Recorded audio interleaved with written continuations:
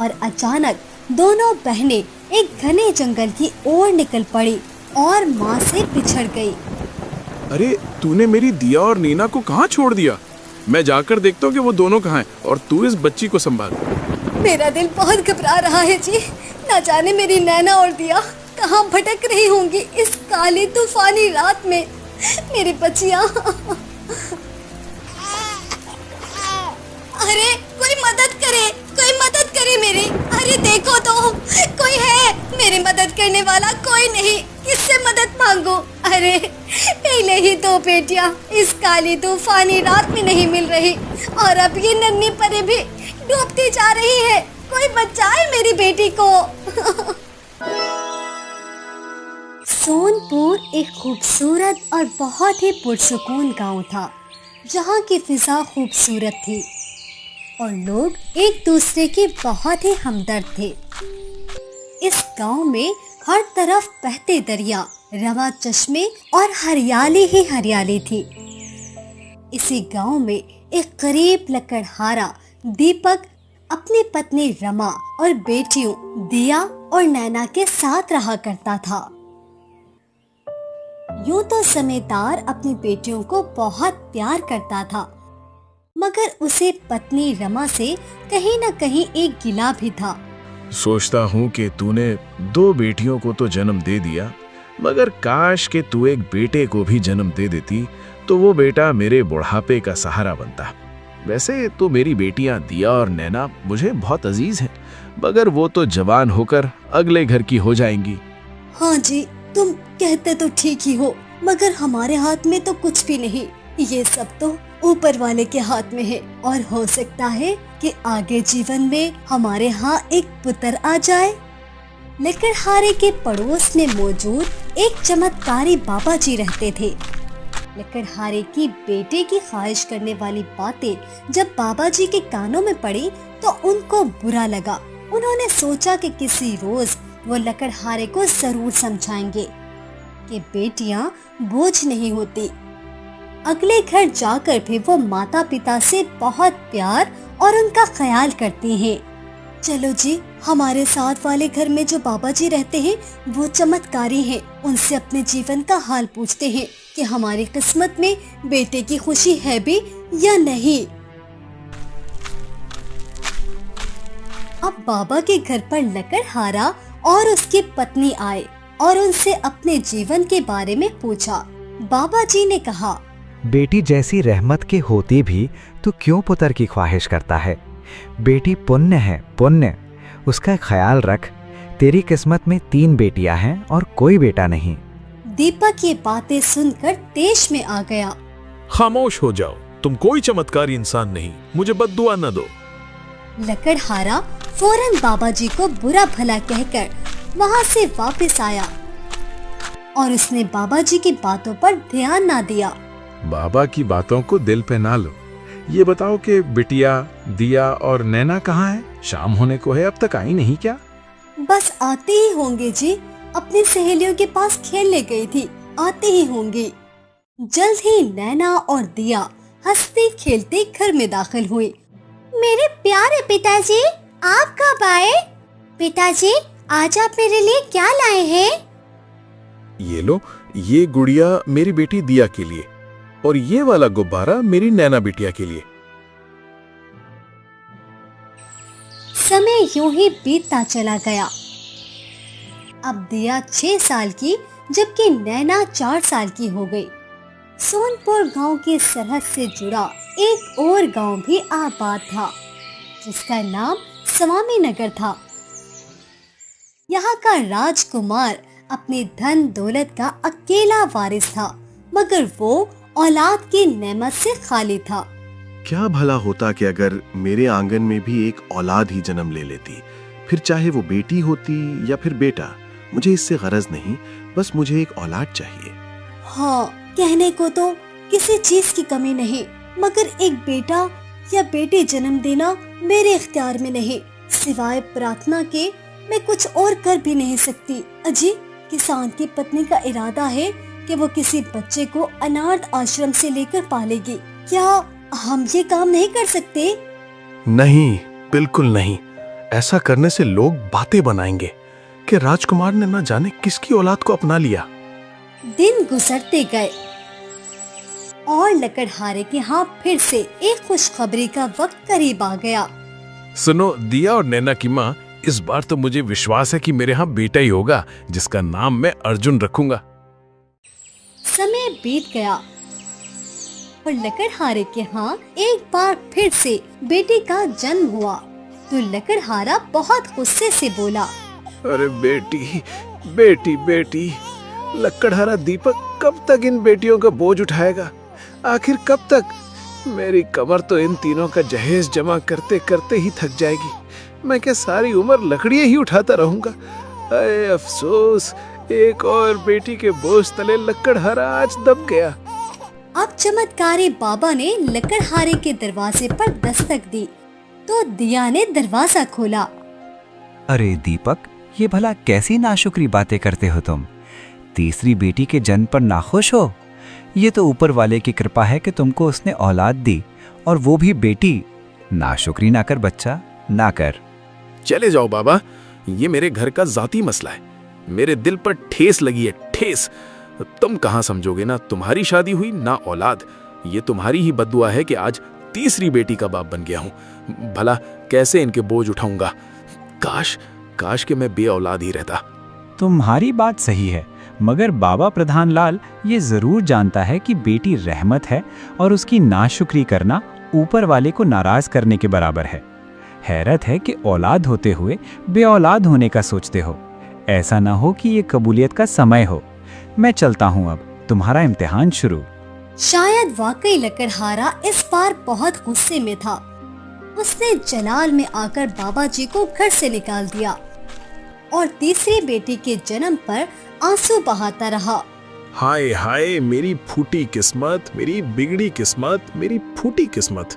लकड़हारा शायद ये बात नहीं जानता था कि उसकी इस नाशुक्री का आखिर में क्या नतीजा निकलेगा। लकड़हारे की पत्नी ने उसे बहुत समझाया, अब आंसू बहाने से कोई फायदा नहीं है जी। ऊपर वाले ने हमें 3 बेटियों से नवाजा है, अब इनकी ही अच्छी शिक्षा करनी है और इन्हीं की तरबियत करनी है हमें। मगर लकड़हारे का मन अब शायद बेटियों की तरफ से खराब हो गया था और वो दिया और नैना समेत उस बच्ची पर जरा भी प्यार की नजर ना डालता, जो अभी सिर्फ कुछ दिन की ही थी और जिसका नाम श्रुति रखा गया। अरे भागो भागो, अपनी जान बचाओ, तूफान आ गया है, दरिया उभल पड़े हैं, अपनी जान बचाओ। अरे मेरी झोपड़ी पानी में बह गई, अरे हमारा साजो सामान बह गया, अब क्या होगा? सारे गांव में तूफान ने तबाही मचा दी थी। लकड़हारे के घर में भी सारा पानी घुस गया। बरसात की उस रात में जहां पर एक दूसरे को कुछ नजर नहीं आ रहा था, लकड़हारे ने पत्नी से कहा, तुम इन तीनों बच्चियों को लेकर किसी सुरक्षित जगह पर चली जाओ, मैं झोपड़ी से सारा पानी निकालता हूँ। ये काश कि मेरा इस समय कोई बेटा होता जो पानी निकालने में मेरी मदद करता। लकड़हारे के सर पर अभी भी नाशुक्री का भूत ही सवार था। उसने इतनी तूफानी रात में भी बेटा ना होने का ताना अपनी पत्नी को दे दिया। लकड़हारे की पत्नी तीनों बेटियों को लेकर एक जगह पहुंची जहां काला अंधेरा था और हर तरफ अफरा तफरी फैली हुई थी। दिया ने नैना का हाथ पकड़ा हुआ था और अचानक दोनों बहनें एक घने जंगल की ओर निकल पड़ी और मां से बिछड़ गई। अरे तूने मेरी दिया और नीना को कहाँ छोड़ दिया? मैं जाकर देखता हूँ कि वो दोनों कहाँ हैं, और तू इस बच्ची को संभाल। मेरा दिल बहुत घबरा रहा है जी, न जाने मेरी नैना और दिया कहाँ भटक रही होंगी इस काली तूफानी रात में।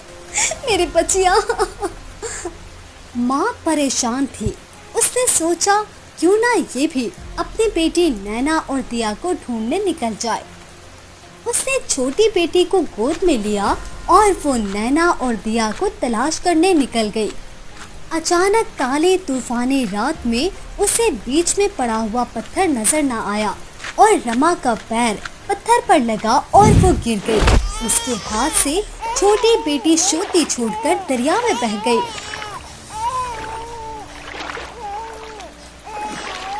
अरे कोई मदद करे मेरी छोटी सी बेटी पानी में डूबी जा रही है। अरे देखो तो कोई है, मेरी मदद करने वाला कोई नहीं, किससे मदद मांगो। अरे पहले ही 2 बेटियां इस काली तूफानी रात में नहीं मिल रही और अब ये नन्ही परी भी डूबती जा रही है। कोई बचाए मेरी बेटी को। रमा भला करती भी तो क्या करती, रोती रही और आंसू बहाती रही। और दूसरी ओर उसका पति वापस लौट कर ना आया। उसे कुछ भी समझ में नहीं आ रहा था कि अब वो क्या करे। मगर कुदरत का करिश्मा देखिए, वो नन्ही परी श्रुति किसी लकड़ी के तख्ते पर आ गई और लकड़ी का तख्ता डूबते डूबते अगले गांव स्वामी नगर तक जा पहुंचा। नैना, श्रुति और दिया के माता पिता उनको सारी रात ढूंढते रहे।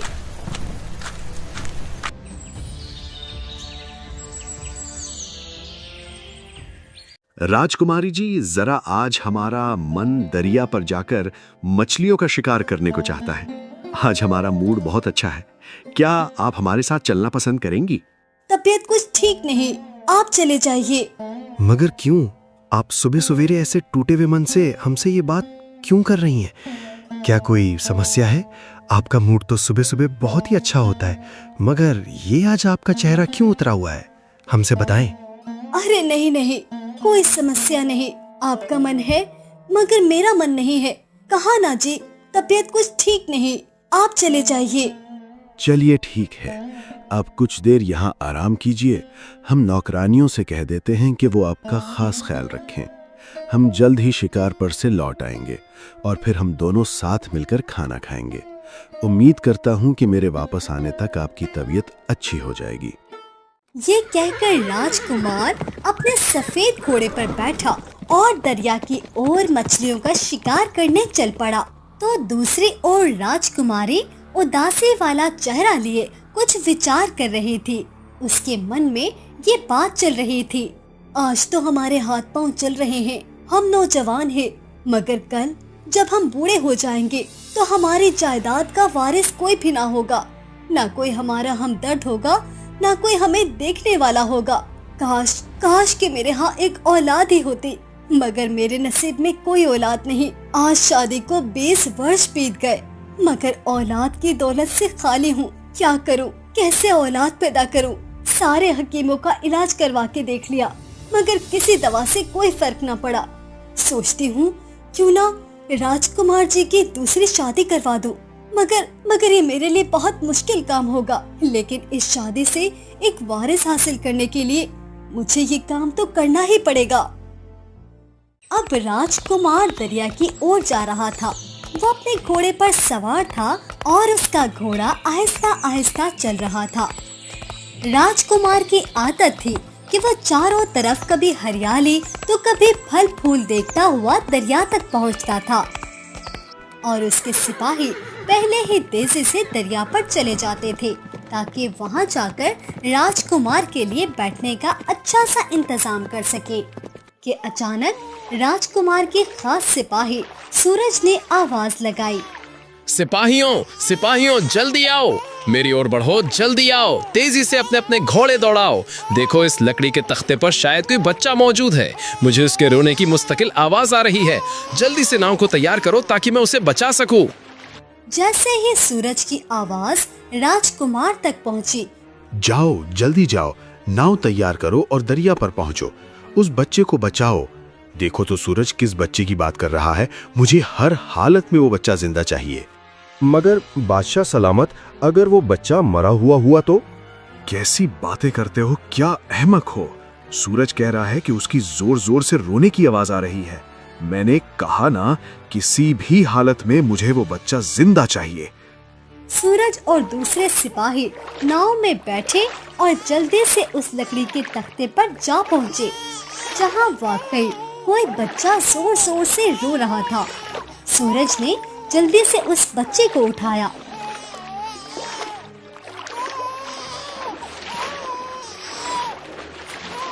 और नाव में दोबारा बैठकर दरिया के किनारे पहुंचा।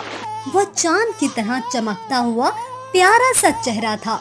वो एक प्यारे से बच्ची थी। अरे ये तो बुरी तरह भीगी हुई है, हमको सूखा कपड़ा दो ताकि इसका जिस्म सुखा सके। इसे सर्दी लगी हुई है कि बुरी तरह कांप रही है। बच्ची को सूखे कपड़े में डाला गया, मगर बच्ची चुप न हुई। वो मुसलसल रोए जा रही थी। शायद उसे भूख लगी है। जल्दी महल की तरफ वापस चलो, हमें इस बच्ची की जान बचानी है। ये सर्दी से थर-थर कांप रही है। ऐसा ना हो कि ये बच्ची सर्दी से मर जाए। जल्दी चलो, घोड़ों को दौड़ाओ और महल तक जा पहुंचो। अब जल्दी से बच्ची को महल लाया गया और महल में दाखिल होते ही राजकुमार ने सारे नौकरानियों को हुक्म दे दिया कि राजकुमारी को जल्दी से बुलाया जाए। राजकुमारी शाही कमरे में दाखिल हुई तो उसने एक बच्ची के रोने की आवाज सुनी। राजकुमारी बहुत खुश हुई, बच्ची के करीब आई, बच्ची को गोद में उठाकर खूब प्यार किया। राजकुमार जी, ये सब क्या है? आप तो मछलियों के शिकार पर दरिया गए थे ना? ये बच्ची कहाँ से आई? आखिर ये क्या चमत्कार है? क्या आप मुझे इस बारे में कुछ बताएंगे? हम तुम्हें सब कुछ बताएंगे। बच्ची को खामोश होने दो। ये बच्ची ज़ारों कतार रो रही है। राजकुमार ने राजकुमारी को सारी घटना बताई। राजकुमारी बहुत खुश हुई और उसने ऊपर वाले का धन्यवाद किया। राजकुमार जी, आप माने या ना माने, ऊपर वाले ने मेरी सुन ली।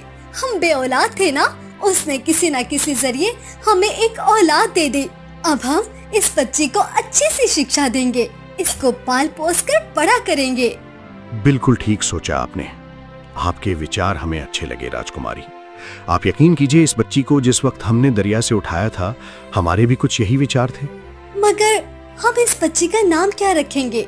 अभी राजकुमार और राजकुमारी यही सोच रहे थे कि अचानक राजकुमार की नजर बच्ची के हाथ पर पड़ी। उसके हाथ में एक प्यारा सा कड़ा था जिस पर उस बच्ची का नाम लिखा हुआ था, श्रुति। अरे ये देखिए, बच्चे के बाजू पर लिखा हुआ है श्रुति। बस आज से हमेशा हम इसे श्रुति पुकारेंगे। सिर्फ श्रुति नहीं, बल्कि राजकुमारी श्रुति। दिया और नैना परेशान हाल घने जंगल में दोनों बहनें एक दूसरे से पिछड़ गई। नैना एक किसान को मिली। अरे तो कौन है बिटिया, कहाँ से आई है? नैना ने अपनी सारी घटना किसान को बताई। तुम परेशान न हो बेटी, मैं तुम्हारे माता पिता को ढूंढ निकालूंगा, मगर जब तक तुम्हारे माता पिता नहीं मिल जाते मैं तुम्हें ऐसे तन्हा नहीं छोड़ सकता। तुम मेरे घर चलो, मेरी पत्नी तुम्हारा ख्याल रखेगी, तुम्हारी सेवा करेगी। मैं तुमको पाल पोस के अच्छी तरबियत दूंगा। मैं वादा करता हूँ तुम्हारे माता पिता को ढूंढ निकालूंगा। अब इस तरह नैना किसान के साथ रहने लगी और किसान की पत्नी ने नैना से उसका नाम पूछा तो नैना ने उसे अपना नाम बता दिया। किसान की पत्नी ने नैना को प्यार किया, उसे खाना खिलाया और ऊपर वाले का धन्यवाद अदा करते हुए कहने लगी, ये मेरी बेटी है, मैं इसे पालूंगी, इसकी खूब सेवा करूंगी। अब लकड़हारे की तीसरी बेटी दिया एक बेवा दर्जन को मिली और उसने प्यार मोहब्बत से पालने पोसने का सोचा। अरे ऊपर वाले ने कृपा कर दी जो तुम जैसी प्यारी बेटी मुझे मिल गई, वरना मैं एक बेवा दर्जन हूँ। मेरा पति मर चुका है और मैं बे औलाद थी। भला मेरे बुढ़ापे का सहारा कौन बनता? शुक्र है कि रब ने एक बेटी से मुझे नवाज दिया। अब श्रुति एक राजकुमारी बन गई और राजकुमार के महल में रहने लगी। दिया को एक दर्जन ने पालना शुरू कर दिया और एक गरीब किसान जोड़े ने नैना की अच्छी शिक्षा करनी शुरू कर दी। तो दूसरी ओर नैना, श्रुति और दिया के असल माता पिता औलाद होते हुए भी बे औलाद हो गए। नैना, दिया और श्रुति की माँ रमा हर वक्त रोती रहती और अपने पति दीपक से शिकवा करती रहती। सिर्फ तुम्हारी वजह से आज ये दिन देखना पड़ रहा है। आज इतने वर्ष बीत गए, मेरी तीनों बेटियां मुझे कहीं नहीं मिली। अरे रोती क्यों हो नैना की माँ? मैं रोज जाता तो हूँ हमारी बेटियों की तलाश में, मगर मैं क्या करूँ? मेरी सारी मेहनत बेकार ही चली जाती है। मुझे कहीं भी दिया और नैना का पता नहीं चलता। ये सब तुम्हारी वजह से हुआ है। भूलो मत कि ऊपर वाले ने हमें 3 बेटियों से नवाजा था। तुम तो मेरी छोटी बेटी का नाम तक नहीं लेते। अरे वो तो इतनी छोटी थी कि दरिया में बहते ही मर भी गई होगी। तुम्हें उसकी याद नहीं आती क्या? अरे ओ नैना और दिया की माँ, मैं जानता हूँ कि ये मेरी नाशुक्री का ही नतीजा है। मैं रोज ऊपर वाले से माफी मांगता हूँ और प्रार्थना भी करता हूँ कि हमारी बेटियां मिल जाएं। मैं जानता हूँ वो छोटी बच्ची जो दरिया में बह गई, वो तो अब जिंदा भी ना होगी। ये कहकर रमा के साथ मिलकर दीपक भी खूब रोया। उसे अपनी की गई नाशुक्री पर बहुत अफसोस था, मगर अब बेचारा करता भी तो क्या करता। तुम उस बाबा जी को ढूंढो ना, उनसे कहो वो सच में चमत्कारी ही थे। उनका कहा सच हो गया। तुमने बेटियों की इज्जत ना की और आज औलाद होते हुए भी इस बुढ़ापे में हम बे औलाद हैं। तुम तो कहते थे कि बेटा होगा तो वो तुम्हारे कामों में हाथ बटाएगा, मगर अब तो कोई औलाद ही नहीं। बोलो अब क्या करोगे? अब किसे अपने साथ काम पर लगाओगे? हाँ, अब तो तुम्हारी बूढ़ी हड्डियों से लकड़ियाँ भी नहीं कटती और तुम बीमार भी हो। सोच रही हूँ समामी नगर गांव में राजकुमार के महल में किसी अच्छी खाने पकाने वाली खानसामा की जरूरत है। वहाँ चली जाती हूँ और वहाँ काम करूँ। कम से कम हमारे घर में 2 वक्त की रोटी तो आएगी, हमारे घर का चूल्हा तो जलेगा। नहीं नहीं, मेरी गैरत ये बर्दाश्त नहीं करती कि मेरे होते हुए मेरी पत्नी काम करे। तुम्हारी गैरत को ये बर्दाश्त करना पड़ेगा क्योंकि तुमने नाशुक्री की और हमारी बेटियां हमसे बिछड़ गई। अब घर में चूल्हा हांडी कौन करेगा? 2 वक्त की रोटी कौन लाएगा? तुम बीमार हो, अब मुझे ही कुछ करना पड़ेगा। मैं उस बाबा जी को भी ढूंढता रहता हूँ, मगर वो तो जैसे जादुई थे, अब कहीं सालों से नजर न आए। मैं विनती करता हूँ, ए चमत्कारी बाबा, अगर आप मेरी बात सुन रहे हैं तो मुझ पर दया कीजिए, मुझे क्षमा कीजिए, मुझे क्षमा कीजिए। ये कहकर रमा अगले गांव समामी नगर चली गई और वहाँ राजकुमार के महल में एक अच्छी खाना पकाने वाले खानसामा का काम करने लगी। समय यूं ही बीतता चला गया और नैना किसान के घर में पलने लगी।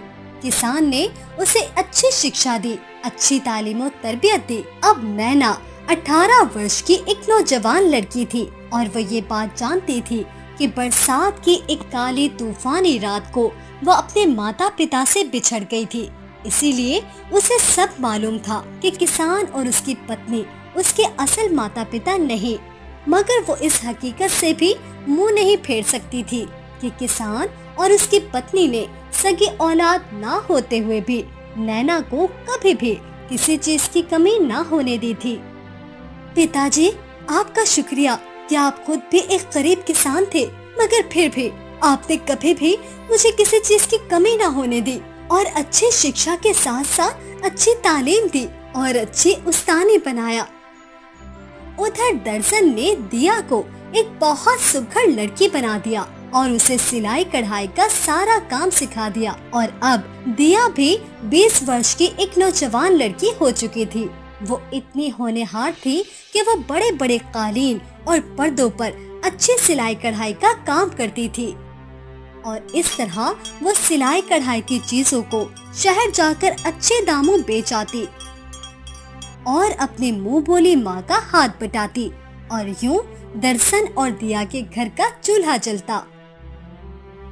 मुझे तुझ पर गर्व है बेटा कि तूने बेटे की तरह इस घर को संभाला हुआ है, वरना मैं तो अब बूढ़ी हो चुकी हूँ। दिया इस बात पर अक्सर अपनी मुंह बोली माँ का शुक्रिया अदा करती और कहती, आपने मुझे पाल पोस कर सहारा दिया, अच्छे संस्कार दिए, मेरा फर्ज है कि मैं भी आपके काम आऊँ माँ। मैं देख रहा हूँ कि हमारी बेटी श्रुति को पढ़ाई का बहुत शौक है। सोचता हूँ श्रुति के लिए किसी अच्छी उस्तानी का इंतजाम करूँ और वो महल आके श्रुति को पढ़ाया करें। हाँ जी, ये तो बहुत अच्छी बात है। हाँ, हमारी बेटी श्रुति को तो पढ़ाई लिखाई का बहुत ही शौक है और ये इसका एक अच्छा शौक है। हम इसके शौक को पूरा करने में इसकी मदद करेंगे।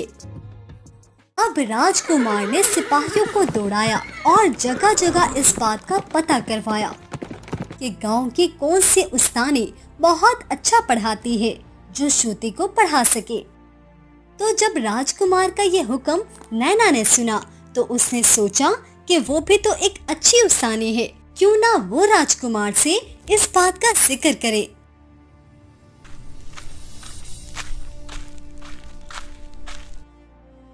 राजकुमार जी, मैं एक अच्छी उस्तानी हूँ। मेरे माता पिता ने मुझे खूब पढ़ाया लिखाया है। अगर आप कहें तो मैं हवेली में जब सब्जियाँ देने आऊँ तो राजकुमारी श्रुति को भी पढ़ा दिया करूँ।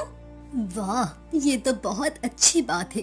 अब तो हमें उस्तानी ढूंढने की जरूरत ही नहीं।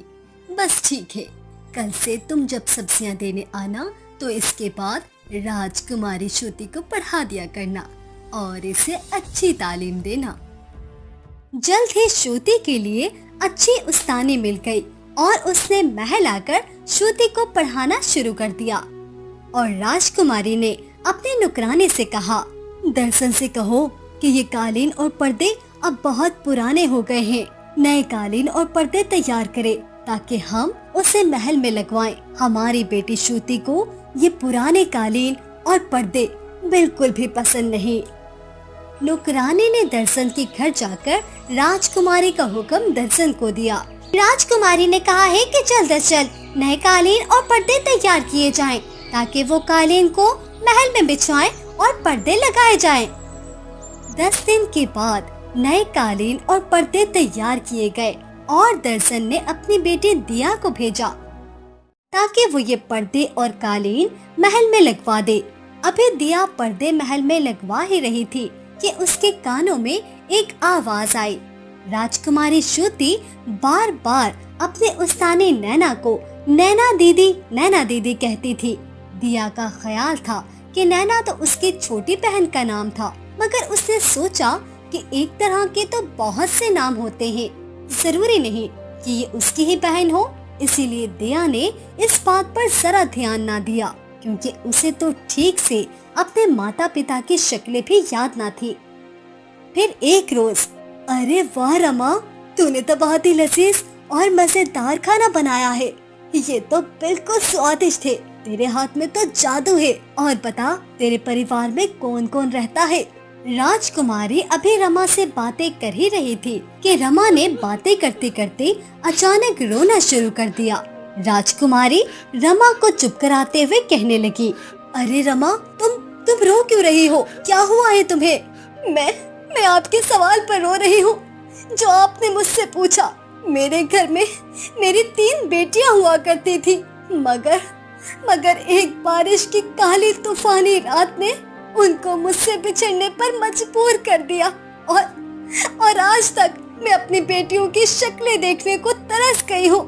न जाने वो किस हाल में होंगी, जिंदा भी होंगी या मर गई होंगी।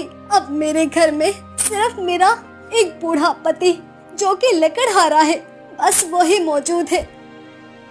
रमा की रोती हुई दुख भरी दास्तान दिया सुन रही थी और अब दिया की आंखों से आंसू रवा थे, क्योंकि वो समझ गई थी कि रमा कोई और नहीं बल्कि उसकी सगी माँ है। मगर उसने सिर्फ इस डर से कि कहीं राजकुमारी उसे कत्ल ना करा दे, अपनी जबान को बंद रखा। और कुछ दिनों के बाद जब वो रसोई में सब्जियां देने गई तो रमा के गले लगकर रोने लगी। रमा ने उसे बड़े प्यार से पूछा, बेटी तू क्यों रो रही है बेटी, क्या हुआ है? दिया ने सारी घटना उसे बताई और कहा, माँ मैं तेरी बेटी हूँ, मेरा नाम दिया है और मैं तेरी शक्ल तो नहीं पहचान सकी, मगर वो घटना जो तूने राजकुमारी को बताई तो वो तेरी बताई हुई कहानी मुझे याद थी। मुझे इतना मालूम था कि मैं एक बारिश की काली तूफानी रात तुझसे बिछड़ गई थी।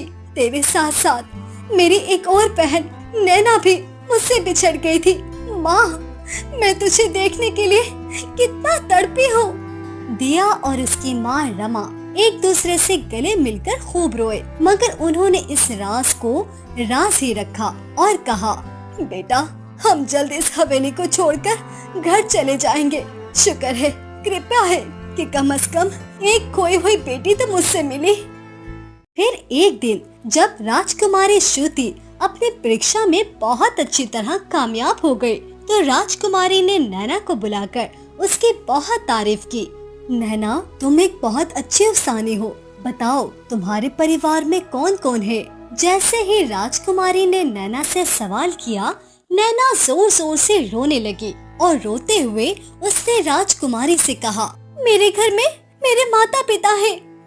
मैं उनके साथ रहती हूँ। उन्होंने मुझे बहुत प्यार मोहब्बत से पाला है, जबकि मैं उनकी सगी औलाद भी नहीं। क्या मतलब? मैं एक घने जंगल में खो गई थी और मेरे पिताजी, जो कि किसान हैं, उन्होंने मुझे अपनी बेटी बना लिया और आज मैं 18 वर्ष से उन्हीं के घर में रह रही हूँ। मुझे मेरे असल माता पिता का कुछ भी नहीं पता और न ही मुझे उनकी शक्लें याद है। बस मुझे इतना याद है कि मैं एक बारिश की काली तूफानी रात अपने असल माता पिता से बिछड़ गई थी। राजकुमारी को रमा और नैना दोनों की कहानी एक सी लगी। वो फौरन समझ गई कि नैना रमा की ही बेटी है और उसने एक नेकी का काम करने की ठान ली और उसने रमा को बुलाया और कहा, रमा, तुम्हारी बेटी मिल गई है। ये है नैना। ये कहती है कि ये अपने माता पिता से बारिश की काली तूफानी रात बिछड़ गई थी। ये सुनते ही रमा ने नैना को अपने गले लगा लिया और राजकुमारी से कहा, दर्शन की बेटी दिया भी मेरी ही बेटी है। राजकुमारी खुश हो गई। मुझे पूरा यकीन था कि तू ही मेरी खोई हुई बहन है नैना। नैना और दिया एक दूसरे के गले लगकर बहुत रोई और एक दूसरे को बहुत प्यार किया। फिर रमा अपनी दोनों बेटियों को गले लगाकर महल से गांव की तरफ गई और सारी घटना अपने पति को बताई। दीपक अपने पलंग से उठा और उसने अपनी दोनों बेटियों को गले लगाकर कहा, शुक्र है ऊपर वाले का कि उसने आज इतने सालों बाद मेरी बिछड़ी हुई बेटियों को मुझसे मिला दिया।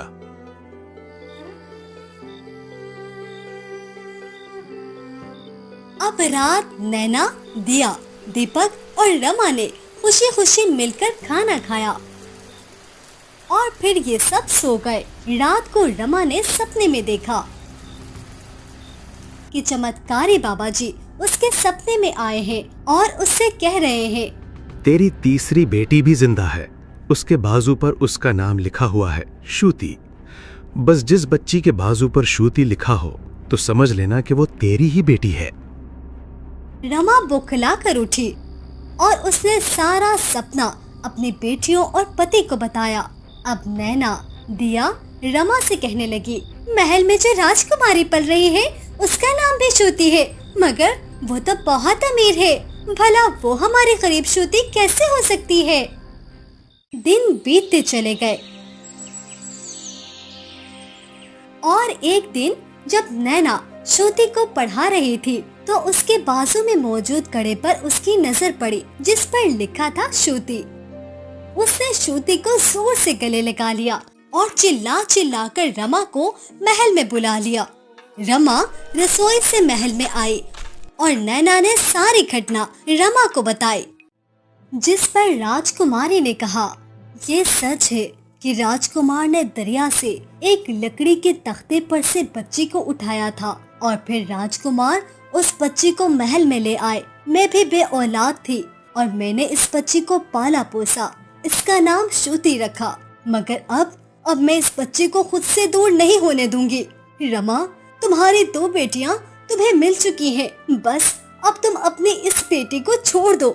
मैं श्रुति को खुद से दूर नहीं कर सकती। उसी वक्त महल में रोशनी फैली और चमत्कारी बाबा जी आ गए।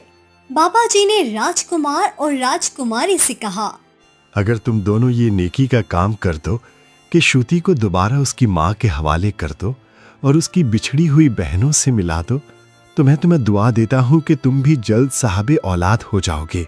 अच्छा ठीक है रमा, जाओ श्रुति को ले जाओ। कुछ जायदादें और कुछ जमीनें हमने श्रुति के नाम कर दी हैं। राजकुमारी और राजकुमार ने प्यार से श्रुति को उसकी असल माँ और बहनों के हवाले कर दिया। दीपक अपनी तीनों बेटियों को देखकर बहुत खुश हुआ। दीपक और रमा ने दर्शन और किसान और उसकी पत्नी को भी अपने साथ रखने का फैसला किया। और 1 साल बाद ही राजकुमार और राजकुमारी के यहाँ भी बेटे का जन्म हो गया।